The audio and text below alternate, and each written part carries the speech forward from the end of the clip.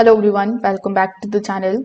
So in today's quick video, I'm going to show you exactly how to replace the Ring floodlight camera lens in 2026. So first of all, you need to basically clean the lens properly. If your video looks blurry, it may not be the damage of the lens. You can use a soft microfiber cloth, then clean the lens gently, remove the dust, water spots or fingerprints. Also, this particular step is going to fix most of the issues. Now, if the camera is new, it might still have a thin plastic film on the lens. So you need to remove that carefully. This can also instantly improve the clarity of the camera.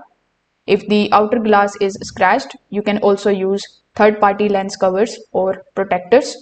This doesn't replace the normal lens, but it can improve the clarity, protect from the further damage.